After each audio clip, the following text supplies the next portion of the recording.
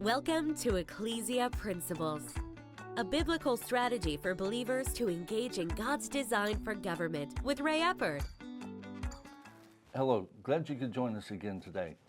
We're continuing to talk about, is Christian nationalism a good thing? And we're really breaking down now what Christian nationalism has provided for us. And if you would, in that sense, how we're defining Christian nationalism. I'm using the comment that I got from MSNBC, where they said Christian nationalists believe that rights are God-given and not given by the government. Okay, I believe that.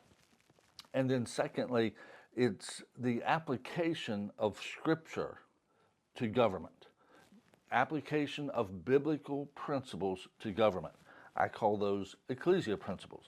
Now, with this, we've looked at a number of things that, in that sense, Christian nationalism has given us, and it's a good thing. And today, I really want to talk about the concept that's in the Bill of Rights that we kind of summarize with the phrase, innocent until proven guilty. You see, that is a concept that really came into being. Historically, that wasn't the case. Many people were prosecuted, even killed, just because, well, they believed that was probably right. But, again, using Genesis 1:26, where God said, let us make man in our image, after our likeness, and let them have dominion. You see, from the biblical standpoint, self-government is the highest authority among men. In other words, self-government is over civil government. You have that right of self-determination, even over church government. You get to decide where you go to church, if you go to church. You decide that. The individual is ultimately accountable to God, even family government.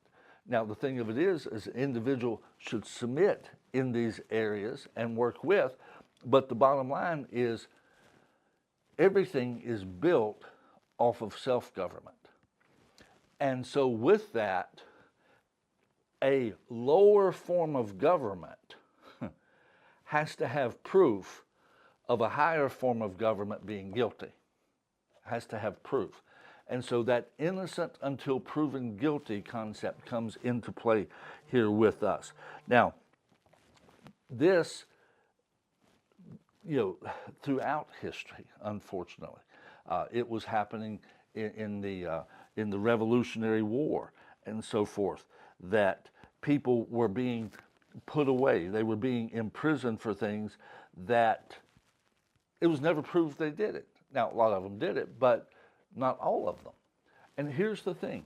The further you move away from the biblical application of principles to government, you will always move further away from innocent until proven guilty.